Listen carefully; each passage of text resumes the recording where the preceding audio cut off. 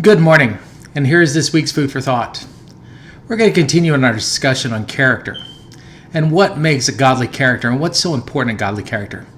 And the first point that I want to drive home with a godly character is this. Character point number 1, always be honest. You see, King Solomon in his wisdom in Proverbs chapter 12, verse 22 puts it this way, and I want to read these words to you from the NIV. The Lord detests lying lips, but he delights in people who are trustworthy.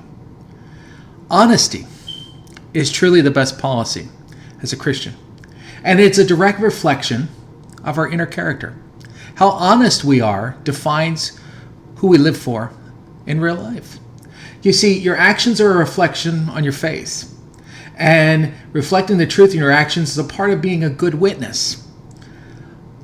Learning how to be more honest will also help you to have a clear conscience. Now, what does that mean? What does that all entail? What does that mean for us? Well, you see, that's what God desires for us, is for us to be honest. In fact, Jesus Christ himself defined to his disciples in John 14:6, he says, I am, but what is he?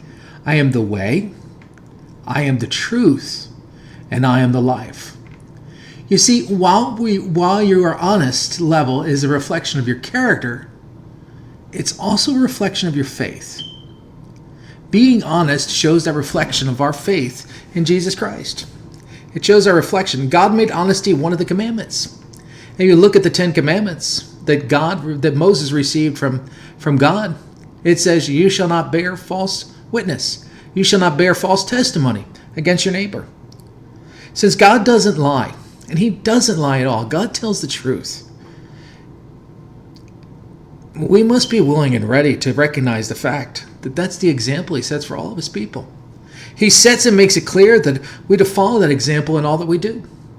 Now let's be honest for a minute, and let's be truthful. In being honest, we must be willing to be honest not only to others, but also to ourselves.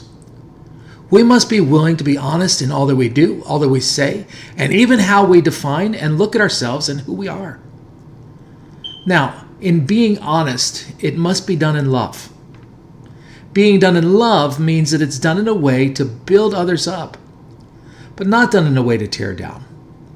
You see, many people have used the example of being honest like that of being brutally honest. But brutally honest does not build one another up and encourage each other as the day of the Lord comes, but recognizing and seeing where our faults are to help us grow, to help us continue to grow. And that's what a godly character is being willing to continue to grow in our faith. So we must be honest with ourselves as well. Are we the man or woman of God that we desire to be? Are we reading as much of the Bible as we would want to read?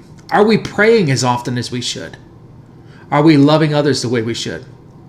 Are we showing people God's love in the things we do and the way we live? And with your answer, are you really honest about the answer?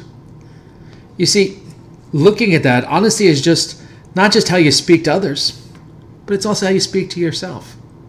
Are you taking that opportunity to look at yourself and examine yourself?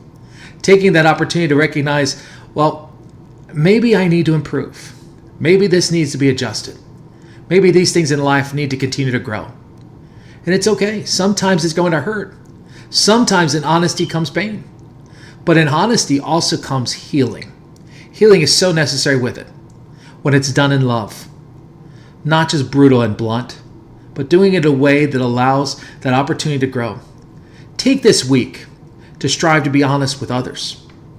Take this week to show people love in your honesty, but also in that way be honest to yourself.